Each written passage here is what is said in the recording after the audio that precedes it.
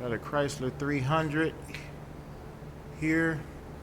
Problem came in because it has no reverse. When you put it in reverse, it goes forward. So something is locked in the transmission. But also, if you look up here, you see the carrier bearing. You see that's messed up. See that? That's no good.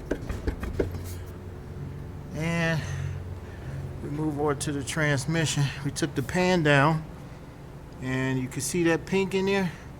Antifreeze mixing with the transmission fluid. So you look in here, you see it all swirl right inside there, and there's the pan sitting right over here. So he's going to need transmission, and he's going to need that carrier bearing fixed. So that's what he needs with this.